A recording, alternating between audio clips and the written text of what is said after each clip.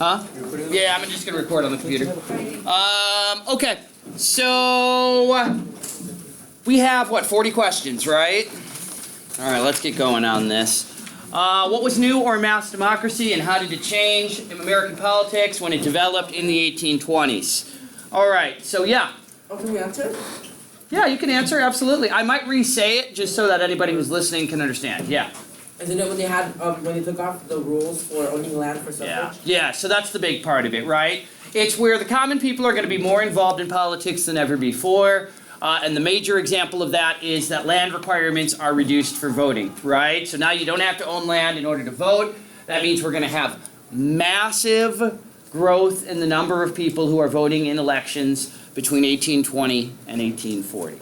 All right? So absolutely reduced voting requirements. What that also means is that candidates must now appeal more towards the common people, right? They're going to appeal to emotion. We're going to have a lot of slogans. We're going to have parties, if you remember, picnics, all right? Attention students. Jordan Rojas, please report to the small gym. Jordan Rojas, please report to the small gym. So in order to get people to support them, remember, candidates would have celebratory events, picnics, stump speeches, right? Parades. Slogans, banners, flags, right? So it's a new type of campaigning. Prior to that, presidents did not campaign like we think of today. They did not go around and try to get people to vote for them. They just really rested on their credentials, all right? Now it's get out there and introduce yourself to the people, right? You know, shake hands, kiss the babies, and do whatever it takes. And that oftentimes meant you made deals with people in order to get their votes, right? Where you might provide them favors, right, in exchange for their guarantee that they would vote for you and campaign for you as well, all right? So mass democracy just means more of the population involved in politics than ever before.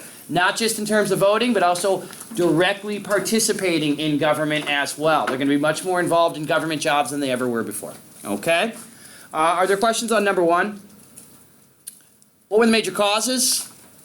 Panic of 1819, right? Remember, the common people get so frustrated with the Panic of 1819 that it motivates them to want to get into politics and elect people that were like them, all right? That they thought would better represent them. Also, the Missouri Compromise, if you recall, right? The Missouri Compromise kind of opened the eyes to the South that slavery was becoming a major issue. And so it motivated a lot of Southerners to become more involved in politics than they would have before in an effort to try to protect slavery from being taken away. Okay? So 1819, the Panic, and the Missouri Compromise are our major causes, all right, of why we see these changes in political life. All right? Are there any questions for number one? All right, let's go to number two then. Why was the election of 1824 so controversial? All right, anybody want to take this one first? Election of 1824 is controversial because of the corrupt bargain, right? Remember, in the 1824 election, there are four major candidates running. Jackson wins the popular vote, right? And technically is the electoral vote leader, but recall he does not win an electoral majority, all right? So what that means is then the House of Representatives decides who the winner is. If you remember, Henry Clay, the Speaker of the House, throws his support behind Quincy Adams, who had finished second. After Quincy Adams is able to win that election in the House, remember, a few days later, Henry Clay is named the new Secretary of State. So Jacksonians claim there was a corrupt bargain, right? That Clay and Quincy Adams had made some sort of backroom deal, right, in order to guarantee Quincy Adams the election. They thought that that was unfair. They thought that the will of the people had been ignored or violated. And so it raised a great deal of skepticism and criticism of politics. A lot of folks believed that Jackson had been robbed of that presidency by the second place finisher. All right, so the controversy is the corrupt bargain. It's not so much that the House decided, it's who the House decided on, right? That was the controversial part, right? I mean, let's face it, if Hillary Clinton had just been named the electoral winner, right, on Monday. I'm sure a lot of folks would have been outraged by that because of the fact, right, that she did not finish first in the outcome, and yet that's exactly what happens in 1824. All right. Are there questions on the corrupt bargain or on that election of 1824? Speak now, or you may hold your peace. All right. Okay. Number 3. What was the major issue that dominated the Quincy Adams presidency? You recall this, folks, when we covered John Quincy Adams' presidency, it was like a 2.5 slide presidency, all right? And like 2 of those 2.5 slides covered this topic. What was the major issue? Yeah. The bank? No, not the bank. It's the tariff, right? It's the question of the tariff, and should the tariff exist and should it be raised, all right? The tariff is the major issue of John Quincy Adams' presidency. What do they do the 1824 tariff? Do they raise it or do they lower it? They raise it. Alrighty. And then, of course, we know they're going to raise it again in 1828. That's the tariff of abominations. Alright? So Adams, a northerner, right, a New Englander, a nationalist, supports the tariff, right? He supports the parts of the American system. Alright? And so during his presidency, he and Congress raised the tariff against the wishes of the South, right? Southerners opposed a higher tariff, right? 1, because they thought that it would lead to higher prices, right? 2, they were worried that they would be retaliated against by other countries' tariffs when they sent their crops overseas. And 3, if you recall, they opposed the tariff because they were worried that if the federal government was able to force the tariff on them against their will, that down the road, the federal government would be able to force abolition on them down the road as well. Okay? How did the federal government affect this issue? I already mentioned that. They raised the tariff in both instances. All right? Any questions on number 3, the tariff? Okay, question 4. What was the spoils system? Why was it implemented? First thing you need to know with the spoils system is to remember there's a couple of other names for it. And so if you get a question that uses this other term, you need to recognize that that's the spoils system because it may not define it for you. All right? So remember, the spoils system, its other name is political patronage, right? And if you recall, Jackson actually referred to it by a third term, right? He referred to it by what he called rotation in office, right? Because he thought the spoils system and patronage sounded bad. All right? He thought it sounded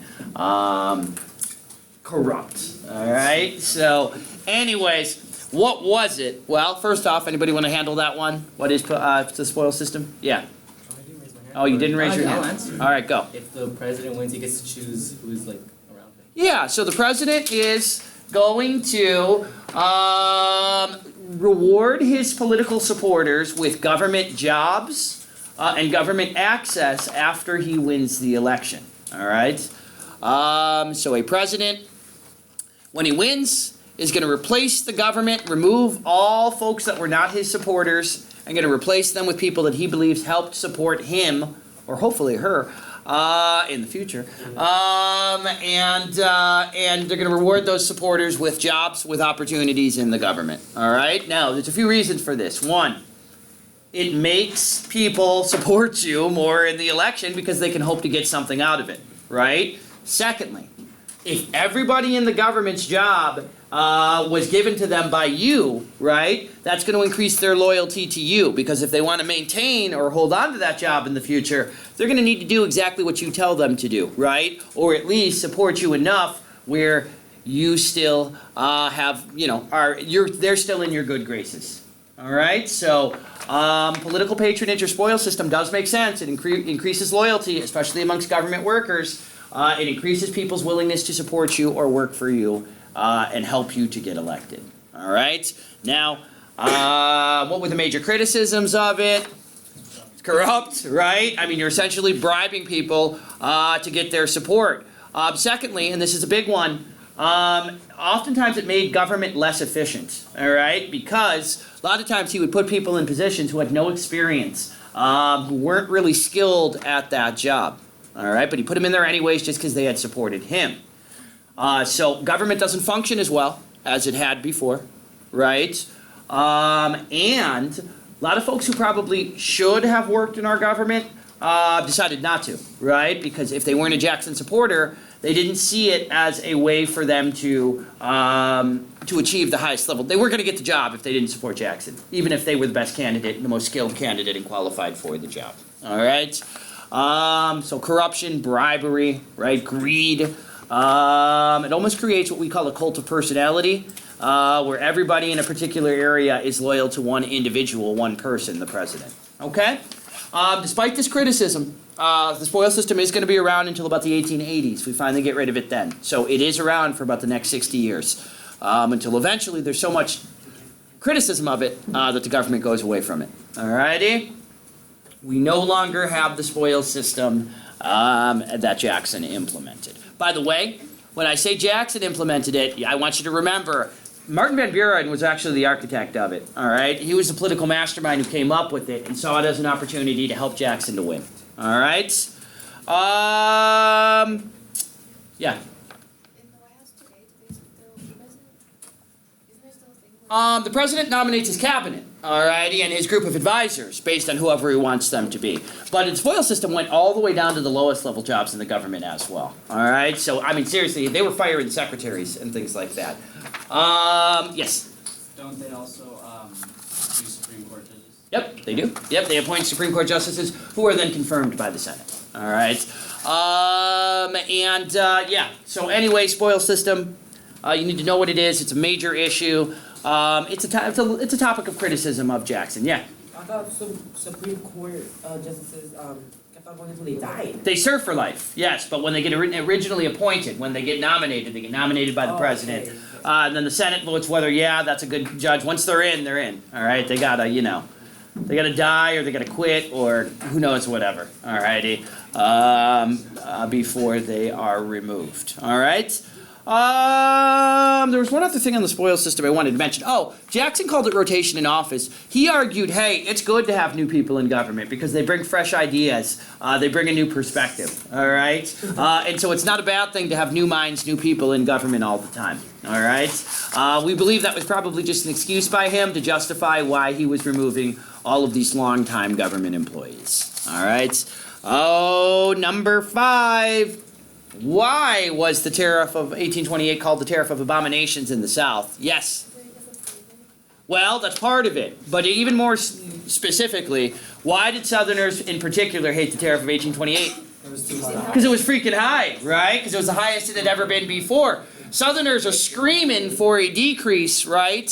In 1828. They already thought the 1824 tariff was too high. And then what does the North do? They raise it. All right, to the highest levels up to that point, as high as 45%, right? So Southerners feel betrayed, they feel outraged. Remember, the tariff had just been the major issue of Adams' presidency, and so everything was working up to this tariff of 1828. What's going to happen? Is it going to go up? Is it going to go down? And lo and behold, it skyrockets, right? So now Southerners especially feel like their wishes are being ignored. All right? What strategy did Calhoun, when he wrote the South Carolina Exposition, and other Southerners call to resist it? What was their strategy or solution for trying to defeat the tariff? What did they argue that states should do? Nullify. Yeah, they wanted to nullify it, right? Nullification, which said, hey, the states have the power to cancel federal laws. They argued if the federal government and the Supreme Court will not cancel a law, even if it's unconstitutional, then the states have the power or the right to do that. All right? This was the Southerners' idea. They believed that the states had this power. Even though the federal government and the courts had already ruled they didn't have this power. All right? They're still trying to justify that nullification should be permitted, should be allowed, even though the courts had already ruled, hey, you don't have this ability. Federal laws outweigh state ones. All right? So ultimately, it's just them trying to be creative and come up with creative ways to defeat the tariff, since they know they can't get it overturned in Congress and that the Supreme Court won't invalidate it. All right? Can we get the door? Close the door. All righty. Now, who had developed... Oh, yes. Yes, ma'am. Before I started with the Kentucky and Yes, this is going to be the next part. So let me ask that question and then we'll have you answer it. All right? Who had developed the idea of nullification? Tree. Tree did not develop it. All right? Yes. Okay, it was Jefferson and Madison. Yep. It was the BFFs. Yeah, Jefferson, Madison. Yeah, Jefferson and Madison had developed the idea of nullification during, remember, when they wrote the Alien and Sedition, when they wrote the Kentucky and Virginia resolutions, they argued that states should nullify the Alien and Sedition Acts, right? Because the federal government wouldn't. So what Calhoun, the only thing Calhoun is doing, he's just reviving the argument that Jefferson had come up with about 25 years before, all right? Yes? Wasn't there another instance between these two? That nullification was not a major issue. All right. Now, hey, really, what we're seeing here is the Southerners and the Southern states getting more fed up with federal policies, and so trying to come up with new ways to resist them. In this case, just reviving an old idea that had previously been discredited: nullification. All right. Number 6. Describe the nullification crisis of 1832. All right, does anybody want to take a stab at that first? No. All right, the nullification crisis of 1832. So, now we've got Andrew Jackson as president after the election of 1828, right? And remember, he was primarily elected thanks to his status as a war hero, right? Anyways, he becomes president in 1828, and now we've got another tariff battle brewing in 1832.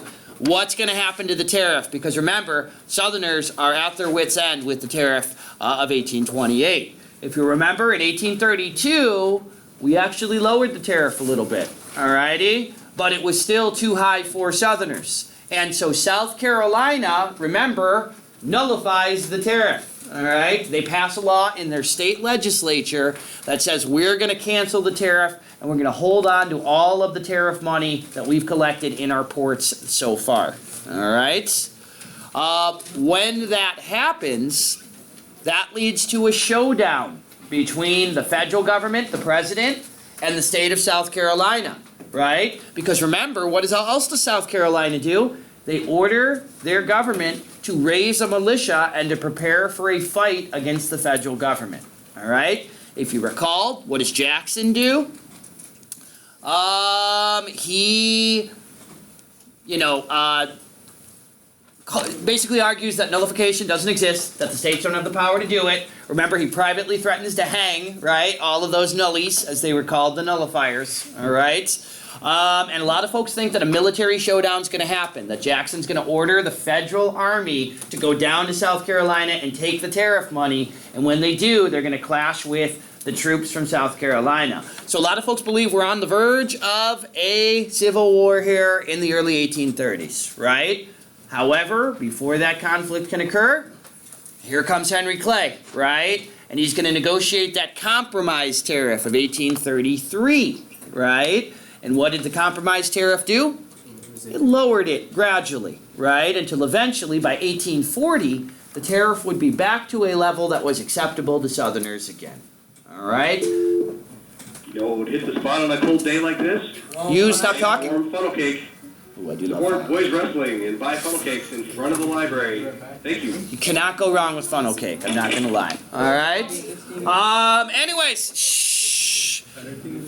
Why did states' rights Southerners oppose Jackson after this event? A lot of states' rights Southerners believe Jackson had been too aggressive, that he had been too threatening, that he had threatened the southern states too much, that he had gone back on his tradition of supporting states' rights. So to them, they thought their own president, the Southerner, the states' rights guy, the guy who would claim to be states' rights, was actually abusing his power and authority by sticking up for and backing up the federal government. All right? So they're outraged that he's threatening force. If you remember, after the crisis dies down, Congress passes the force bill, which says the president has the ability to go and use force against southern states if they ever try this again. All right? What policy finally ended the crisis and how? Again, we already know that was the compromise tariff of 1833. All right? by lowering the tariff rates until they get to a level that Southerners will be accepting of. All right. Number 7. Make sure you're aware of the kitchen cabinet. That's a weird way to put it on a study sheet, because you can be like, yes, I'm aware of it, but I don't know anything about it. Alrighty? But make sure you're aware of the kitchen cabinet, of the Maysville Road veto, and the Peggy Eaton affair, and make sure you understand how they show Jackson's strengthening of executive power and control. Okay. So the kitchen cabinet, remember, is where Jackson used an unofficial group of advisors, right? Newspaper editors, some of his close friends, to seek advice. He would sometimes ignore the advice that his own cabinet had given him, or he would check their advice with his kitchen cabinet with his buddies. They called it the kitchen cabinet, remember, because he would invite them into the White House. They would sometimes meet in the kitchen of the White House and have these unofficial meetings, all right? Hey, it's an example of how Jackson basically, remember, because he gets criticized for this, because these folks that he's using as advisors, Congress can never call them in to testify things that they say to the president like they could an actual cabinet member, all right? That's part of the rules, that's part of the laws of Congress. And so, it's an example of him basically deciding, you know what? I'm going to give myself greater authority to be able to call in people that I trust to get their input on decisions. Even if the other branches of government, and especially Congress, believe that I shouldn't be able to, all right? Or question my ability to do so, all right? So it's just him really challenging or expanding the powers of government, of the presidency, to where he believes he has the right to call in anybody for input or advice that he wants to. Yes? Okay, that's still allowed today, right? Yeah. Yeah, it is still allowed. He does nothing wrong with this, all right? This is perfectly legal. And again, another thing we should remember about it, this is an over-exaggerated problem because he rarely used them. He only called them in a couple of times. And there's no information that he actually took their input or advice and followed through with decisions based on that. All right? The Maysville Road, remember, Kentucky wants to build a road through their state. Henry Clay is our Secretary of State. I'm sorry, he's our Speaker of the House. And so he engineers in Congress a bill that gives Kentucky money in order to build the Maysville Road, right? Well, remember, Jackson and many other presidents before him were states' writers when it came to this. They didn't believe the federal government should be supporting internal improvements, especially if it was an internal improvement within just one state, Kentucky, right? So we know Clay did it because he wanted to help out his home state, all right? What does Jackson do? He vetoes it, right? And again, this is another example of him, remember the use of the veto power. He vetoed more than any other president that had ever, all of the previous presidents combined. So this veto is kind of symbolic of the fact that he was willing to use the veto to cancel laws that he personally disagreed with at a rate that was much higher, much more frequent than any president before. All right? And the Peggy Eaton affair, remember, another little bit of an overblown incident, right? But again, this is where one of the cabinet members' wives is being what he considered to be mistreated by the other cabinet members' wives. Remember, he calls in the members of his cabinet and he kind of threatens them with potential job loss if they did not motivate or convince their wives, right, to start including her in public affairs more often. Now, it leads to a split between he and his vice president, Calhoun. All right. Again, it's him using his own kind of rules, I guess you could say, to pressure his cabinet into adhering to policies or behavior that he wants them to. All right. Number 8, right? Yes, number 8. What was the major issue that dominated the election of 1832 between Jackson and Clay? Brenda. Huh? No? What was the major issue in the election of 1832? Who had the bank? All right, very good. Right? Yes. Somebody had said the bank earlier. I thought it was Brenda, right, for a previous question? Oh, Kevin. All right, close. Anyways, yes, it's the bank. The bank is the major issue of the 1832 election. So if the tariff was the major issue in 24, it's the bank in 1832, right? And remember, how it becomes a major issue is important to us. Why did Clay and his supporters make this a major issue? Remember, they saw an opportunity to win the presidential election of 1832, right? They wanted to force Jackson to make a decision whether to recharter the bank or not. They felt that if he voted to recharter the bank, right, he was going to lose support in the South from states' writers, right? They thought if he voted against it, that he would lose support in eastern cities, right, from people that supported the bank. So either way, Clay argues, no matter what Jackson decides, whether to recharter the bank or not, I'm going to get votes, all right? And so they pressured Jackson to make a decision prior to the election taking place, all right? Of course, what does Jackson do? He turns the bank into the major issue, and he portrays the bank as elitist, as rich, as only supporting the wealthy, as ignoring the common people, right? As corrupt, as just too big, as violating states' rights. All right? So all together, through the efforts of Clay, who made this an issue, Jackson turns it around, right? And overwhelmingly convinces the common people that they should support his position on the bank, right? And remember, he cruises to re-election in 1832. All right? Any questions so far? I know I'm going fast, all right? But again, you'll have access to this again, all right? So that's my goal. Number 9. What was Jackson's response to rechartering of the Bank of the United States? What was his response? Veto, right? Remember, Congress says let's recharter it 4 years earlier than we need to. 20 more years, they say. Jackson says, gonna have to veto that. All right, y'all. And why did he oppose banks? No, you don't like my southern accent? All right, well. My ears are bleeding. Well, I'm sorry. I do declare. Alrighty, is that better? Alright. I do declare. My ears are Tree doesn't like my southern accent. Alright. Why? Shh, no, Tree, no. Why did he oppose banks? Again, because he thought they were dens of the wealthy. He thought that they made decisions that only benefited wealthy industrialists on the East Coast. He argued they didn't support Westerners, especially farmers. He argued that they destroyed state banks, all right? And so, banks are evil, he said. They're rich, they're wealthy. They tend to make decisions that support other rich, wealthy industrialists at the expense of all of the rest of us, all right? All of the common folk.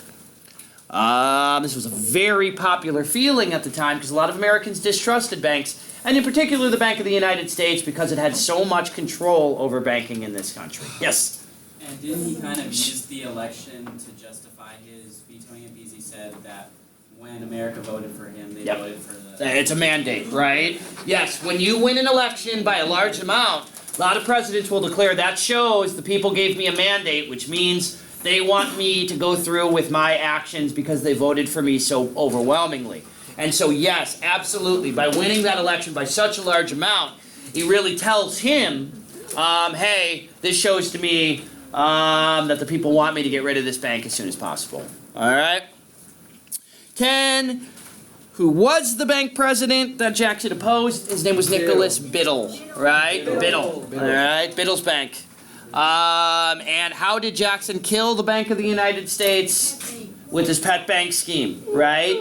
So over time, they removed money from the Bank of the United States, which, by the way, I keep calling it the Bank of the United States. You need to remember, it's technically the second Bank of the United States, right? Because the first one expired during the War of 1812. So he slowly removes money in small increments, he and his Treasury Department, out of the bank.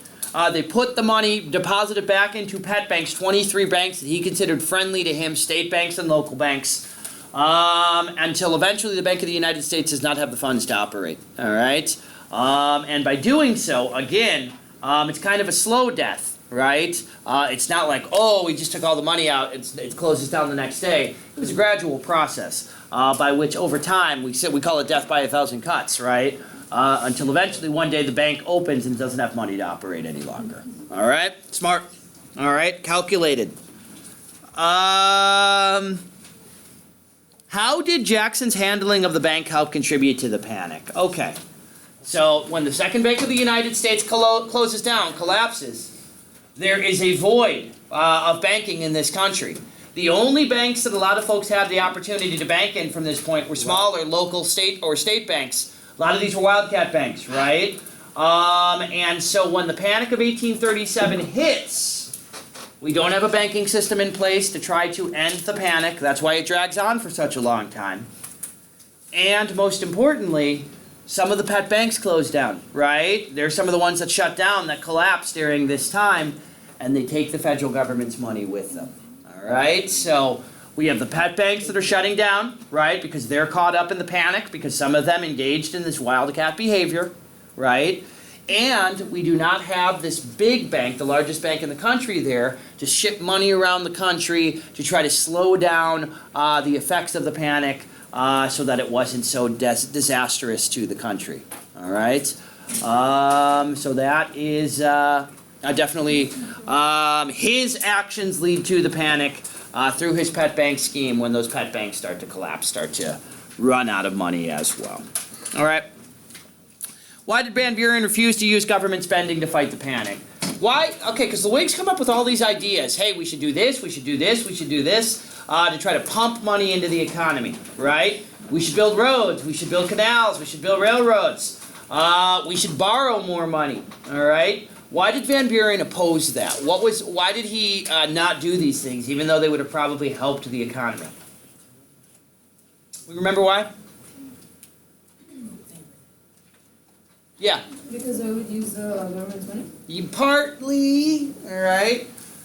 It's because, remember, Van Buren is a Jacksonian, right? And so he doesn't believe, right, in especially federal money or federal dollars to support internal improvements, right? So he doesn't believe in these infrastructure projects. He thinks states need to do that on their own. So he's not as aggressive as he probably should have been in responding to this crisis, to this threat.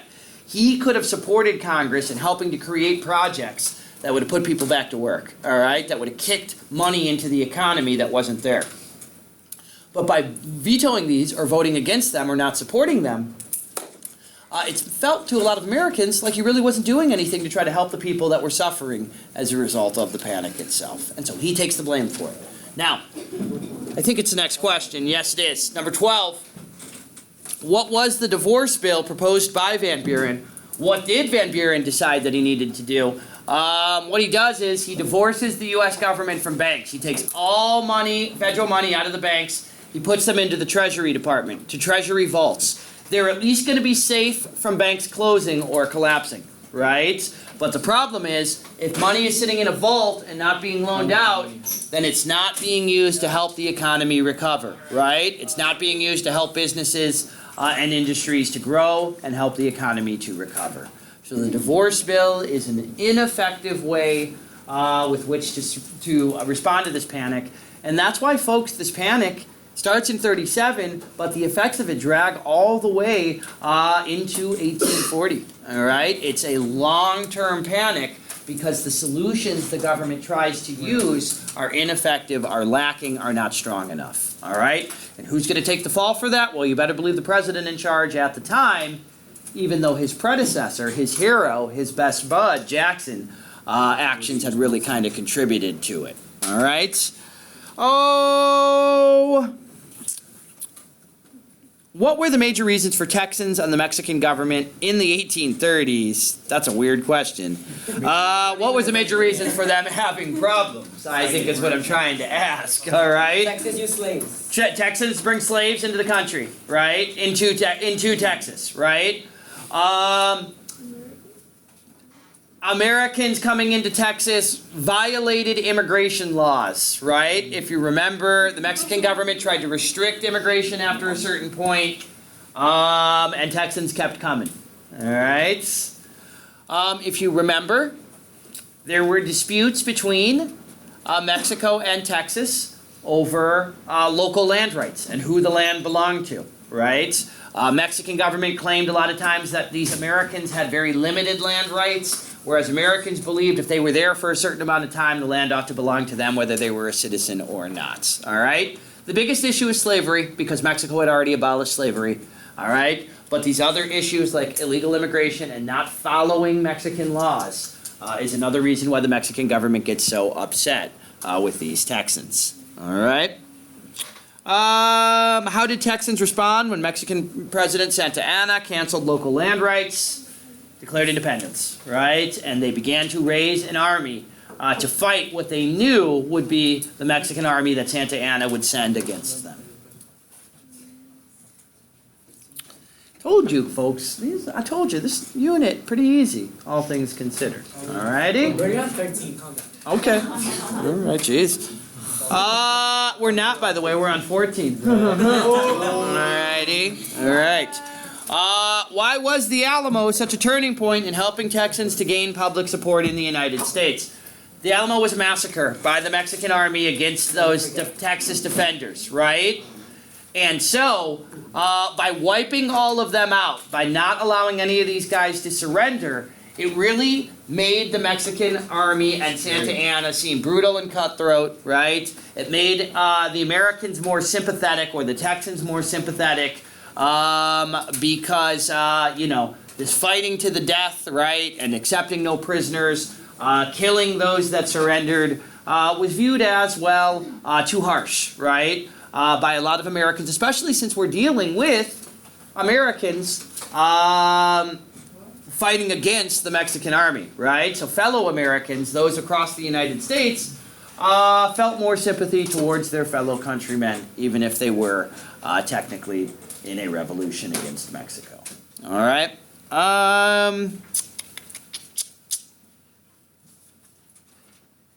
What were the Texans? Oh, by the way, also I should mention, doesn't hurt the Texans that Davy Crockett dies at the Alamo, who was considered an American pop cultural hero, right? And so, anytime you have like a superstar or a person, a household name, right, that dies under those sorts of circumstances, it's generally going to raise public support for his side, right? And that's definitely the case with the Texans. The Texans are also masters at convincing the American people that their revolution is very similar to the American Revolution as well. All right, so they use the language of the American Revolution to try to inspire support from the rest of the U.S. for what's happening in Texas. All right, so you'll hear things like liberty, like rights being violated, all right, like power to the people, all right, by the Texans. Okay? Oh, how did... where we're at here. What were the Texans eventually able to get Santa Anna to do? They were able to get him to surrender. And they were able to get him to declare Texas as an independent state or an independent country. And remember, they agreed on the border. The border would be the Rio Grande. All right. Now, yeah, Santa Anna goes back on most all of those promises later on. But the point was, this was a major achievement. The Texans actually won this independence against the Mexican governments. What did most Texans hope the United States would do to newly independent Texans? Texans wanted to be annexed into the United States. They want to be annexed. They were American to begin with. They're hoping Texas becomes an American state so they can go back to being Americans again. Obviously, that means that Texas would be a slave state, right? Located in the South, slavery was already there. Why did Jackson not want to do that? For the reason I just stated. Because he did not want to reignite the slavery issue during his presidency, or more importantly, right before the election of 1836. Because he worried Van Buren, as a Jacksonian, Van Buren would be, his reputation would be tarnished, right, if the slavery issue was revived. 16. What was the Indian Removal Act and why was it passed? Well, the Indian Removal Act removed the 5 civilized tribes from eastern United States, right? It removed the 5 largest tribes that had been able to withstand removal up to that point. It relocated them to the Indian Territory, which is in present-day Oklahoma. All right? Why was it passed? Because Americans wanted the land that these 5 tribes were located on. All right, gold was discovered on the Cherokee land, for instance.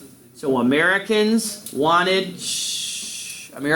land that the Indians are located on, and so Jackson, sympathetic to the American public, especially southern states, agrees to support Indian removal and to get them out of there. Yeah. I thought Congress didn't pass it though.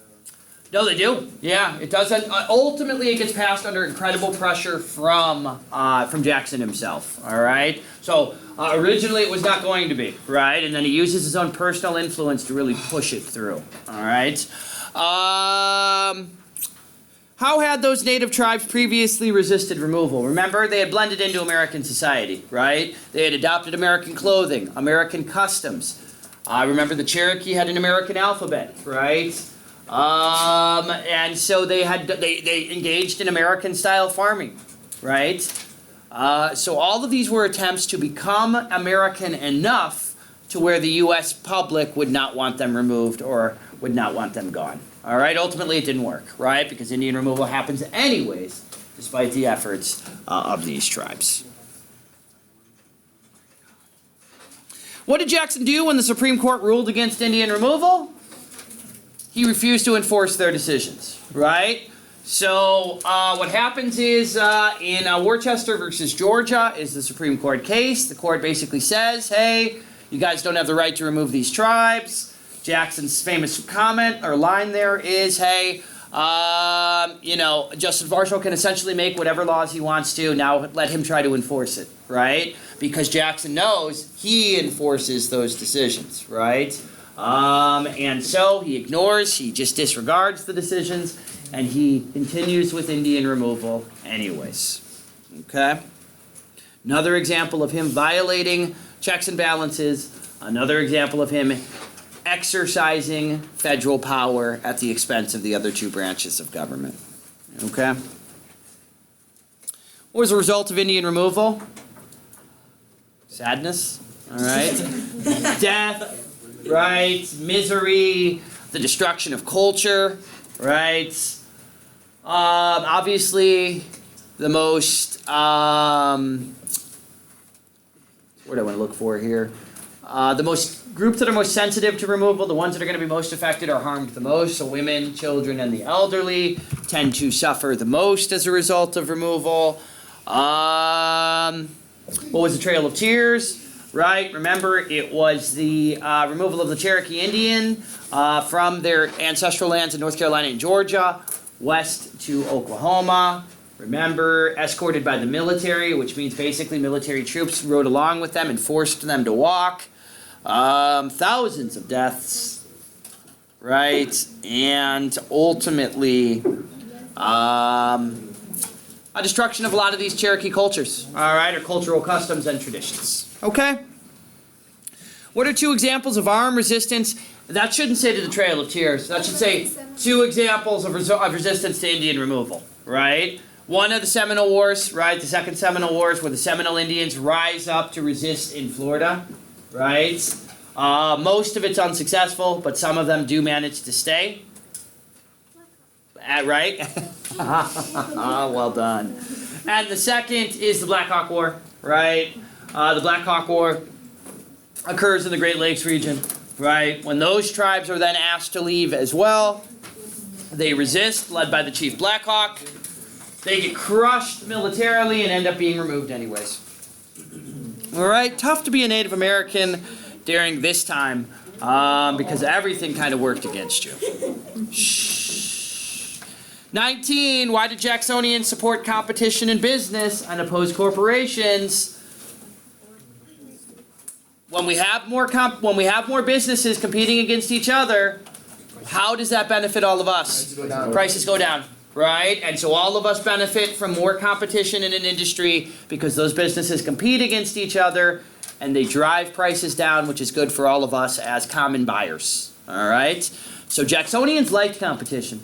They thought that it led to more small businesses. It did not give one big wealthy business and one big wealthy business owner all the wealth and money and control and power. And they thought that it lowered prices, which benefited everybody. All right? What were some ways they attempted to promote businesses? Well, remember limited liability, right? Where they create LLCs where you could create a new business and your own personal wealth would not be taken, right, affected. Very good. If the business, collapsed or failed. All right? General incorporation laws where they made it easier for new businesses to form in many states. All right? Previously, you had to get the authority or the approval of a state legislature. That might mean you need to bribe people, right, like politicians, in order to get your contract to operate there. Now they make it easier for you to open up new businesses in new places. All right? And the Charles River Bridge decision, if you remember, encouraged more competition in internal improvements, right? It encouraged more businesses to be able to get involved in internal improvements like roads and bridges. Okay? Backside.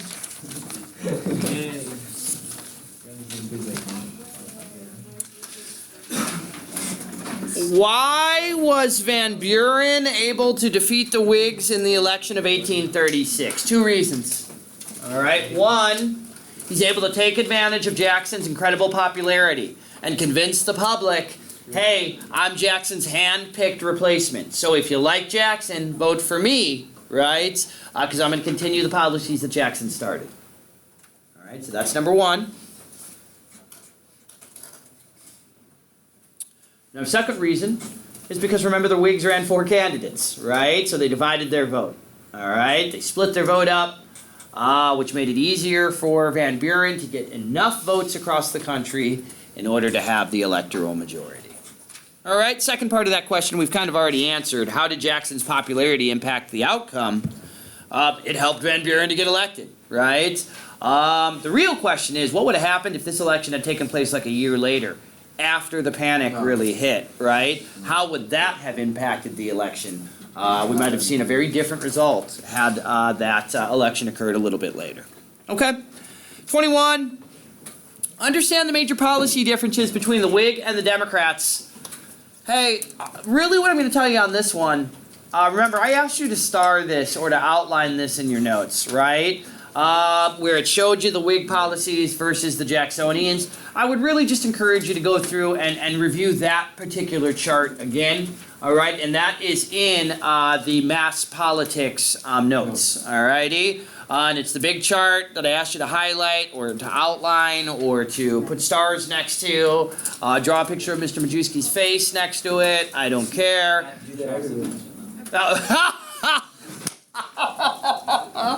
Wow, well played. He said if you draw a picture of me next to it, it's going to actually detract attention away from that. All right. That was well played. All right. I know. Tough crowd. All righty. Tough crowd. It's either your faceability or your drawing something. Yeah, it's probably a combination of both. Anyways, know which groups each party appealed to the most and why, right? And again, it says that in the chart as well, who supported both of the two political parties. It also said that in one of the activities that we did in class with the boxes, all right? How were Whigs, number 22, how were Whigs able to gain public support for Harrison in the election of 1840? Yes, they were able to convince the American public that their candidate was more common man, right, than the Democrats' candidate, right? They were able to convince the public that Harrison, this war hero, this former general, this man from a middle-class upbringing, they called it, was more of a common person and was more like them than that rich elitist Van Buren, right? Now, we know the reality of it is Harrison grew up pretty wealthy, all right? But the Whigs did a great job of getting the public to overlook that, right? And to convince them that he, too, was a log cabin sort of guy, right? And remember, this was the election of log cabin and hard cider, right? The message here is, I'm a common person. I grew up in a log cabin just like you. The Whigs were able to convince the public. Harrison did. And not grow up on that Virginia plantation like he had, all right? And then the hard cider, remember? I'm a hard cider drinking sort of guy, just like you people, right? Out here on the frontier, I'm a man of the people. I'm not drinking any of that wine or any of that champagne that those Van Buren East Coast elitists are. And remember that great image that we saw, right? Where it has Van Buren drinking the champagne and he's like, oh yes, right? And then they have him try to drink the hard cider and he's like, right? So, oh God, I just put that on camera. Alrighty. Yeah, alright. Anyways, why was 1840 the first mass election? Remember, it was the first election where we had over 80% of the voting public vote, right? That was the highest level ever in American history up to that point. All right, so 80% of the public voted in that election. We had never achieved that result before. All right, yes? What's the highest ever? It's gotten higher. I believe we've gone as high as like 84 or 85% now. I believe it's the FDR elections, if I'm not mistaken. All right. Also, what we notice is that actually right after the Civil War, we have some really high participation rates as well. That might be because new groups of voters were getting the right to vote for the first time, and so they really took advantage of that. All right. What was the Second Great Awakening, and what were its major causes? Okay, good. We're on to the next set of notes, at least. All right. What was the Second Great Awakening, and what were its major causes? Okay. So the Second Great Awakening is a lot like the First Great Awakening, right? It's really just a re-emergence, I guess you could say, of religion in society. It's a trying to make religion more traditional again. All right, reform it. Yeah, it's a reform movement that tries to reform religion, but in a traditional sort of way. A lot of religious leaders felt like, not that we were becoming unreligious, but that our religion was becoming what they considered to be too liberal. That people were forgetting about Christianity, or they were developing new faiths and new belief systems that ignored basic parts of Christianity. All right? We're talking about things like deism, right? And so, a lot of Christian leaders, Protestant leaders, want folks to become more Christian, I guess you could say again, and to embrace the basic ideas of Christianity that they believed a lot of Americans had moved away from. What were its major causes? Again, the rise of new religions, of new ideas like deism and Unitarianism, which many Christian faiths thought were a threat to their religious power, control. All right. Trying to think of the other causes of the Second Great Awakening that I need you to know. Again, I think it's really more of an issue of these new faiths that emerge that Christians kind of thought was a threat to them. All right. What names are most associated with the Second Great Awakening? Okay. I'm talking about the individual preachers, right? By the way, here's what you need to know about the Second Great Awakening, because I don't think I mentioned it here. They would have these massive camp meetings, they were called, where you would... Anybody that's ever been to like a retreat, like a church retreat, right? That's what this was based around. People in the community or in a particular area would go out to a rural area, to a wilderness area. They would camp out for days or even weeks at a time. They would build these huge stages. They would have these huge, like, religious revivals, almost like a retreat. Hey, shh. If anybody's ever attended, they have a huge thing called the Harvest Festival at Angel Stadium every year, with huge crowds and audiences where they have massive audiences that come and listen to famous, ministers, evangelists. That's really what this was. It was where you had these rural camp meetings where folks would come and they would camp out. They would kind of feel the religious vibe again. They would be fired up with emotion-driven sermons that would really get you fired up and re-energized and wanting to get religion back into your life again. All right? Shh. Be quiet, please. What were the major impacts? What names? Charles Grandison Finney, all right, is considered to be the most successful of the Second Great Awakening ministers, all right, or preachers. He's a traveling preacher, right? So he goes from place to place.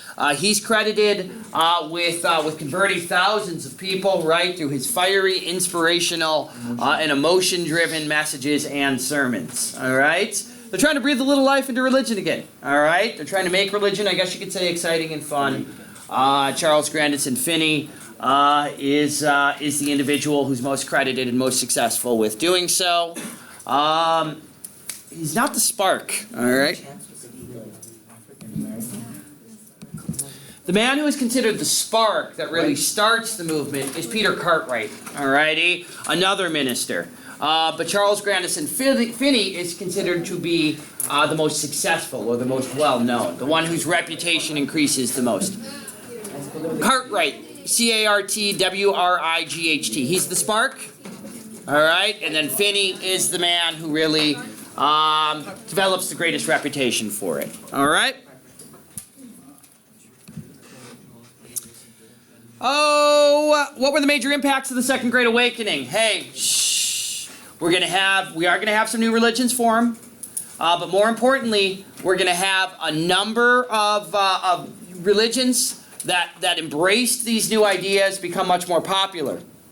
Baptists and Methodists become much more popular because they embraced a lot of these new religious ideas. They embraced more emotion. They made their sermons more interesting and exciting to people. And so they had many more folks that decided to become members of their church. We see the conversions. A lot of folks become born again or evangelical Christians. Again, they're going to devote their life to religious purposes from this point forward. We see new religions that become stronger as a result. And then by far, the most important effect of the Second Great Awakening is it leads to a series of reforms, social reforms in this country. People who were fired up by the Second Great Awakening decided to go out into society, and now they want to fix or improve some of society's problems that exist, right? In the name of God. All right? So if it hadn't been for the Second Great Awakening, we probably don't have abolition. We probably don't have women's rights because these movements are what inspire many of these reformers, many of whom were women, to get out there and improve society. All right? 24, what religious groups or non-traditional societies emerged as a result of the Second Great Awakening? This is these wilderness utopias, these somewhat odd communities that form in many places. They wanted to they figured the society was corrupt, it was broken. They wanted to go out into the wilderness and start their own communities that they believed would be models that future generations would model their own lives and communities after. All right? So we have a few of them, right? The first one is called New Harmony.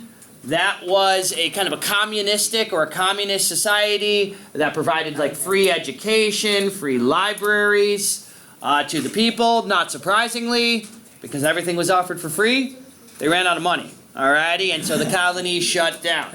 Alright. Also, Brook Farm, if you remember, was the transcendentalist communal system, right? Emerson spent some time there. Nathaniel Hawthorne spent some time there. They too ran out of money and closed down. Alright. Some of the most well-known are the Oneida Colony. Alright, if you remember. The Oneida Colony were the folks that believed in free love, right? They didn't believe in traditional monogamous relationships. You could be with anybody at any time, have sexual relations with anybody. They believed in free love. They practiced birth control, which was unusual at the time. And by the way, it was usually women's birth control that was used, all right? Condoms and that sort of stuff were not around at the time. All right, yes? What was the name of this group? Oneida, Oneida. All right? And hey, they were very successful because they found a way to make money. Remember, they were excellent silver makers. They would make silver platters, silver trays, silver bear traps, if you can believe it. These were very popular, they were desired, and so they were able to stay in business for 30 years before they too ran out of money and expired. Next up is the Shakers. The Shakers are another communal society that forms. And each of these societies believed they were basically starting a new way of life that would be emulated or copied down the road. What did the Shakers believe? Well, remember, they were the opposite of Oneida. They were celibate. They believed in absolute equality for men and women, to the point where men and women wore clothing that was pretty much the same a lot of the time. They did not believe in marriage. They did not believe in sexual relations. And yet they were around for over 200 years, all right? How were they able to continue? Remember, they were the ones that would go to local orphanages. They would adopt the kids in the orphanage at a young age. They would make them part of the community, and those kids would become the next generation of adults. Yeah? Really weird question, just curious. Just like, since you said they treat each other equally, Yeah. just like guys can take their shirt off and, show, whatever. Does that mean girls are also? No, it's... You're such a pervert, alrighty? Seriously, I can just see him tonight studying, being like, yeah, I want to be a shaker, alrighty? I know, right? You know he's thinking it. No, it was kind of the opposite, dude. They wore kind of full covered clothing, and the idea was that men and women could dress in kind of the same sort of garments or gear. It would be fully covering, and there was really no way, you didn't need to distinguish between dresses, men's clothing, and women's clothing, all right? So it was the opposite of that, all right? It was where you were wearing full cover gear that really covered up a lot of your skin, a lot of that area, all right? Section 2, you could sense in the word. Yes, absolutely, definitely. How was each a unique example of American spiritual change? Again, these folks are really trying, based on the ideas of the Second Great Awakening, they're trying to reinvent or reimagine what American society would look like in the future. These people all thought that they had figured out the future of American society, what we were all going to be like, all right? We look at them now and we're kind of like, weird, all right? When in reality, in their mind, they were just taking us to the next level of what future Americans would act like, all right? Amish? Yeah, do I have, I should probably mention maybe the most famous. Is it on there? Is it another question? I don't think it is. The Mormons are by far the most famous of these wilderness utopias, all right? Latter-day Saints is what they called themselves. Shh. They are by far more successful. They really supported one another in terms of business, right? They traveled with each other. They lived amongst one another. Their messages tended to expand pretty quickly across the Midwest. And the key for them is after their founder is killed for his views on polygamy, Joseph Smith, they remember Brigham Young, the next generation of the leader, takes them to Utah where they can grow into a religious society away from the rest of American society and the persecution and the abuse that they believed that they were suffering. All right. 25, big question. What is the most famous and successful of the reform movements? Abolition. All right. Now you'll notice, abolition, the most famous movement, and yet there was nothing in those particular notes about abolition. It's such an important movement and it's so significant, there's actually a set of notes that we cover next that cover abolition when we come back. All right? So it is by far the most important of all the social reforms because it's going to obviously end slavery. All right? But be able to describe each of the following movements, including major names and impacts. Okay, the temperance movement, right, was a movement that tried to get people to drink less. All right, simple enough, drink less alcohol. All right? Prohibition is where you try to ban alcohol altogether. All right? Both were designed to reduce the amount of alcohol being consumed in this country. Yeah, I mean, hey, the idea here is that this is a Protestant movement, and of course they're evangelical Christians, so they don't want people to drink, right? But in the same sense, remember, Protestants blamed Catholics, Irish and Germans for alcohol use, right? So it's also kind of in a way, it's kind of like a discriminatory group, I guess you could say, as well, right? They're targeting people for ethnic reasons as well, right? And religious reasons as well, all right? So anyways, temperance, prohibition. The American Temperance Society is the most famous group, very popular, especially with women. Neil Dow is the most famous of the temperance leaders. He gets what's called the Dow Law passed in Maine, which Maine became the first state to ban alcohol of any type. All right? If you remember, by the 1850s, something like 12 or 13 states had abolished alcohol consumption, all right? Had banned it. But as more immigrants come into the country, most of those states voted to repeal those laws, all right? Anyways, temperance, drink less booze. Booze is bad. All right. Right. Yes. You know, if you drink it, if you abuse it, it can be bad. All right. Public ed. Movement to provide free, tax-supported government education, or I should say, government-supported education to all children. Right. The leader of this, of course, is Horace Mann. Right. He becomes the spokesperson for this movement. We want to spread schooling into the Midwest and into the South and places where it really didn't exist at this point.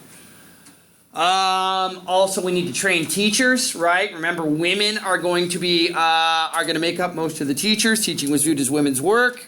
And Catherine Beecher works with Horace Mann in order to train teachers, right? So that the next generation of youth can be educated. Hey, public ed is really popular. The reform movement does a lot of good things. It works really well at the elementary level. All right, but it did not have as many successes in the secondary or higher education. All right, so it does improve education, especially at the elementary level. Oh, prison and mental health reform. One name, all right, that you need to know is Dorothea Dix. All right, Dorothea Dix is our mental health reformer. She draws attention to the fact that our mental health facilities were dreadful at this time. If you were mentally disabled, you oftentimes were simply thrown into prison, or they threw you into these mental hospitals, or even in some instances, they would just have a basement in a community that they threw all the folks who were struggling with mental issues into, where they locked you up and basically didn't try to rehabilitate you. They considered you like a prisoner and somebody that needed to be removed from society. So she draws awareness and attention to this problem. She also encourages a shift from punishment to rehabilitation, right? To improve the lives, to make these folks mentally strong again, right? So that they can become functional members of society once more. All right, we see a number of new mental hospitals and asylums created thanks to her work. Yes? What's her name again? Dorothea Dix, D-I-X. All right? I think he asked her just. Same change happens in prisons. We move over from punishment to rehabilitation. All right? So more of an emphasis on religion. They're going to provide Bibles and religious readings to prisoners from this point forward. And the goal is to improve people, to fix people, so that they do not go back to prison again, so that they come out and become more functional in society. Debtors' prisons, finally start to see those decreased and eliminated in some states. This was a movement, remember, that the common people had been fighting for centuries, right? Quite frankly. Yeah, Shays. Shoot, if you remember, going back to the state of Georgia, or the colony of Georgia being founded, right? So this goes back to the 16 and 1700s, this effort. All right, finally we start to see debtors' prisons reduced and altogether eliminated. Why did the women's rights movement form when it did? Second Great Awakening, right? Motivates these women reformers. All right.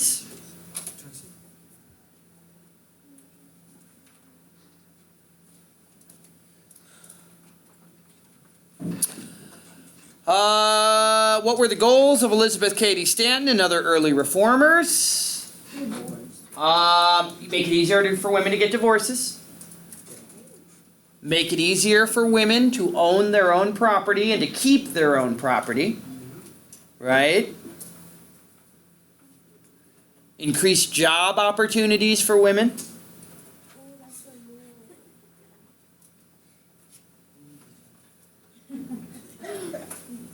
And just in general, to try to increase political equality for women. All right?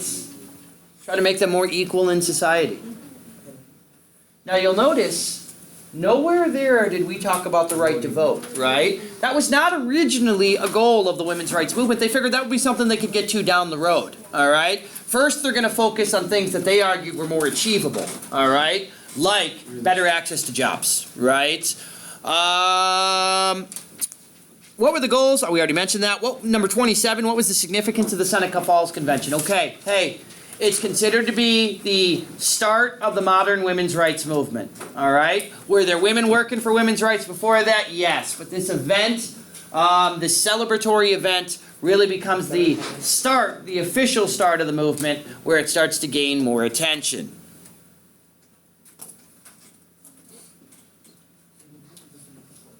Was this a quiz questions? It might be. No, it was before. Of the women's rights movement. Of the modern women's rights movement. Alrighty. What did they call for in their declaration and sentiments, right? Remember, they mirrored the language of the Declaration of Independence, right? They called for absolute equality. Really, they called for the things we just talked about in the previous question, right? We want political equality. We want better access to jobs. We want the right to own property, right? We want to see an end to what they called, the Latin term is femme covert, right? Which was when a woman married her husband got all of her property, right? They want to see that ended as well, okay? They want to see divorce laws reduced or made easier as well, all right? Because a lot of times women were unable to get divorces if the husband didn't want to, even if the relationship was abusive, for instance. And so it forced women to stay in really bad marriages, and it was a double standard that the husband, the man, did not have, all right? What other reform movements overshadowed women's rights in this era? Abolition. All right? Most women's rights reformers were also abolitionists. And what happened is, a lot of those women's rights reformers focused more on abolition during this time because they saw it as a greater evil. All right? It's a greater problem that needed to be fixed. Okay?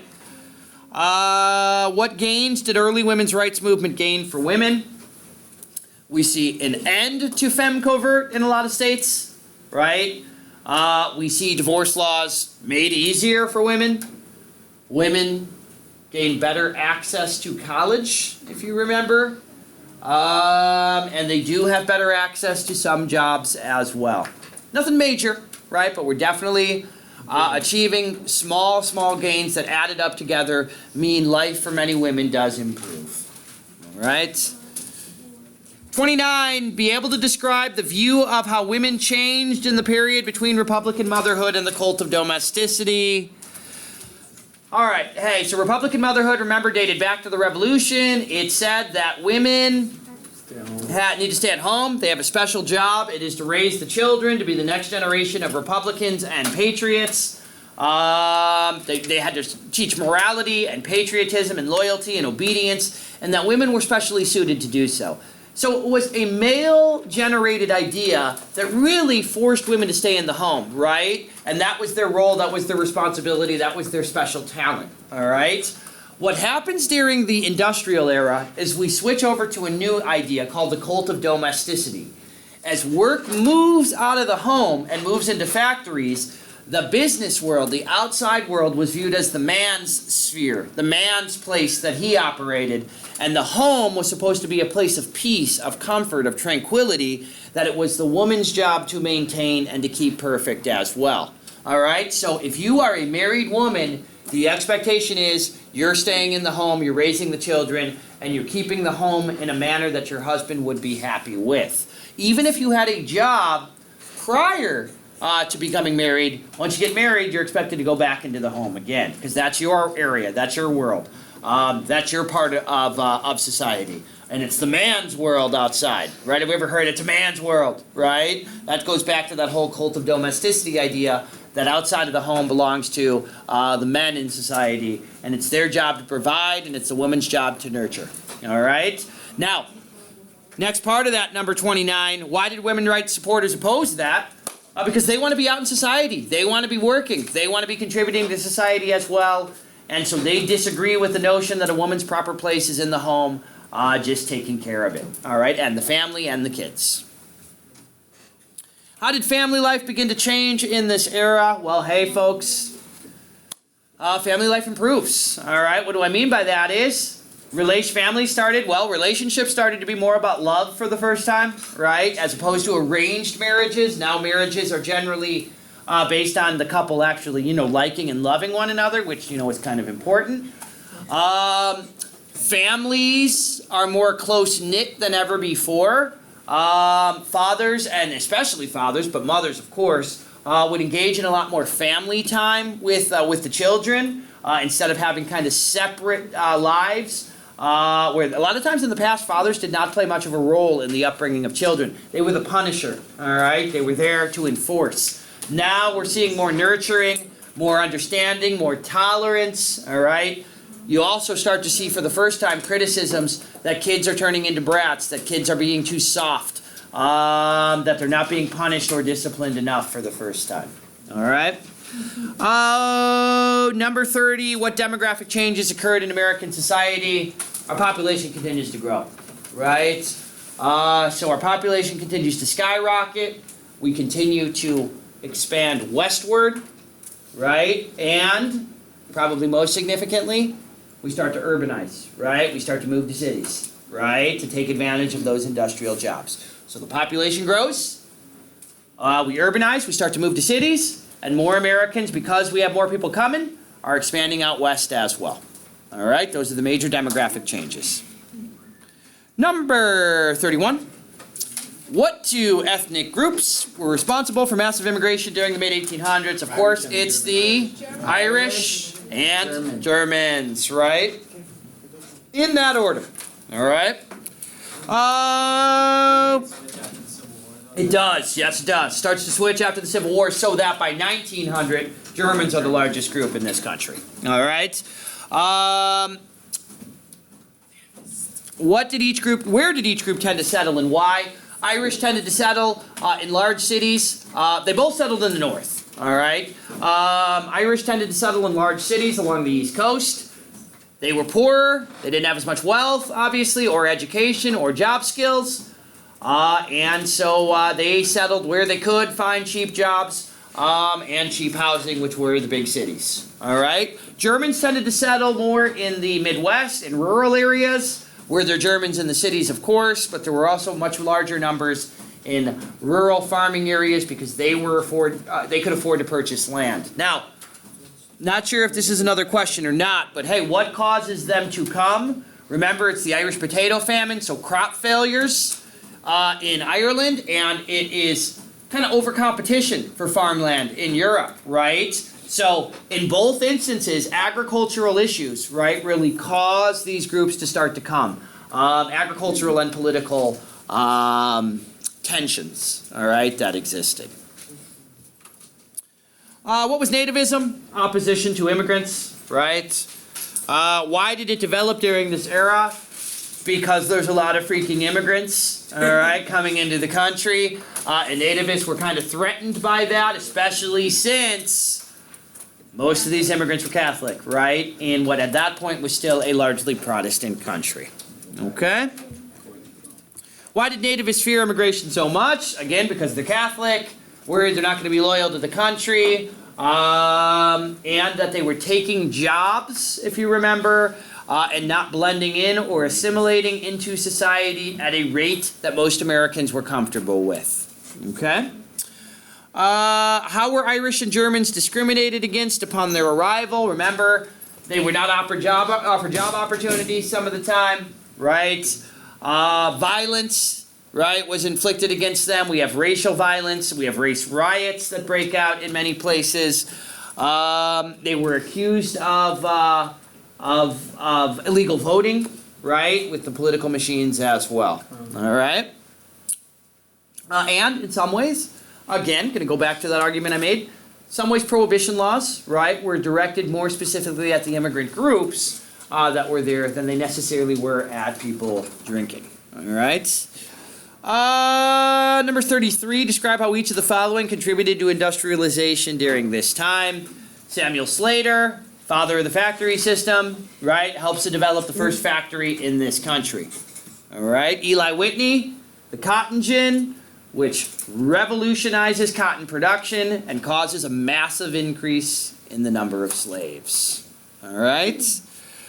He also was responsible for interchangeable parts, which obviously, remember, fixes machines with cheaper parts. It makes it easier for machines to be more efficient and to keep running. What's up? Especially guns, right? Especially guns. Started in guns. Yeah, that was where he made his first major gains. All right? Elias Howe, Isaac Singer. It's the sewing machine with those two, right? Which massively increases the rate at which textiles can be produced. All right? And then, of course, Samuel Morse, right? Develops the telegraph, which revolutionizes communication. That means individuals or even people, even entire cities can be better connected, kept closer in contact, can help to communicate with one another. 34.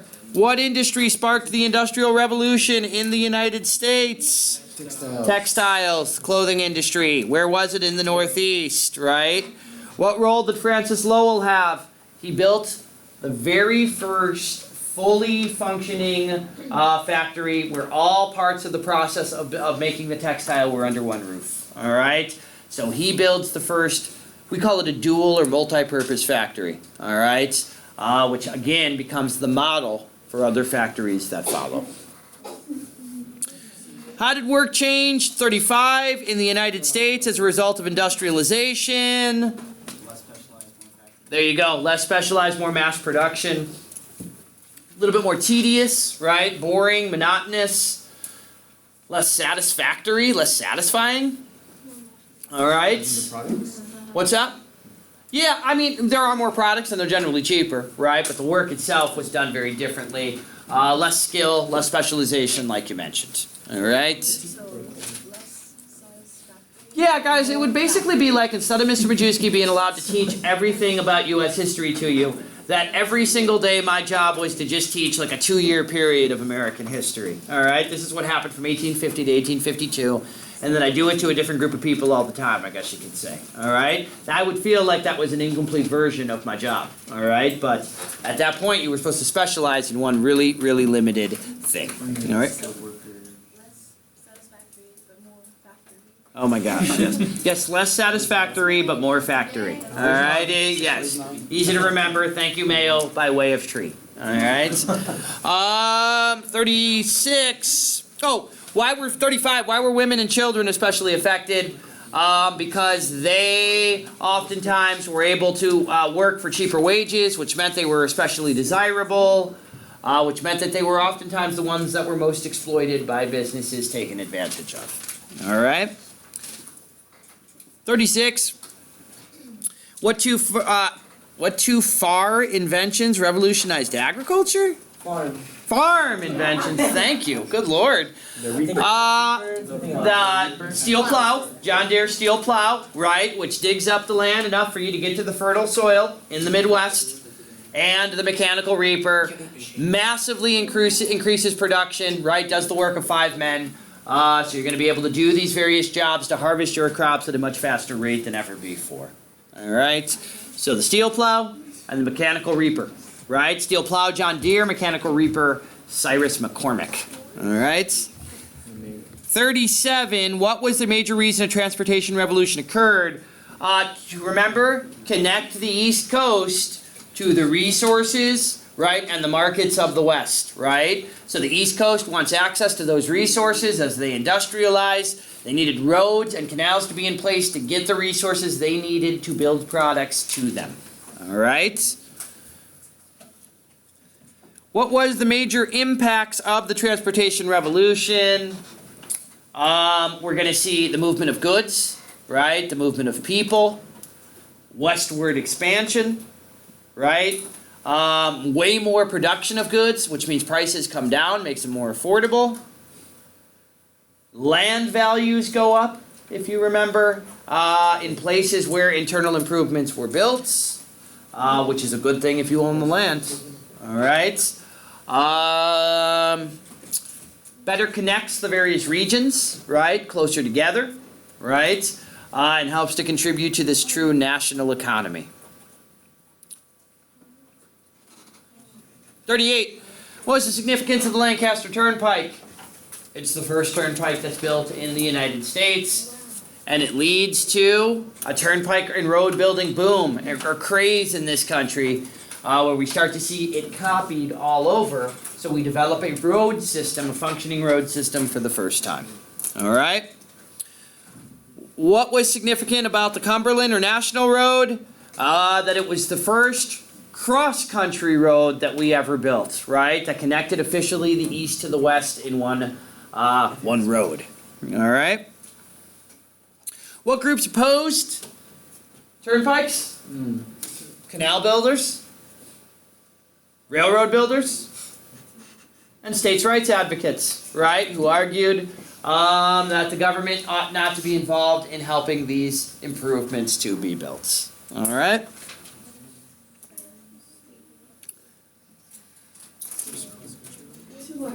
Yeah, the first cross-country road. 39. What event led to a steamboat and a canal craze in the United States? The invention of the steamboat, right? The invention of the steamboat. Yeah, the invention of the steamboat by Robert Fulton, which turns every waterway in this country into, we'll call it a 2-lane road for ships, right? What was the most famous of the many canals that was built during the era? The Erie Canal. We covered it today. All right. What internal improvement was the most important in the United States Railroad? Right. Why was it considered unreliable at first? Because it was. All right. Railroads especially had a real bad habit, railroad engines, steam engines, of exploding. All right. And it wasn't like the trains we think of today that have 50 cars behind them. Usually a train would carry 1 or 2 other passenger cars, which meant that when the engine exploded, oftentimes there was a lot of death and injury amongst the passengers as well. Also train derailment. Yeah, I love that. I love that analogy. Somebody brought that up in class today. Said it's like the Samsung Galaxy that explodes, right? Yes, it was Ricky in 5th period as well. And so they were unreliable. Now, hey, over time they improve. Over time they become faster. They become our most effective means of transportation. Not bad, folks.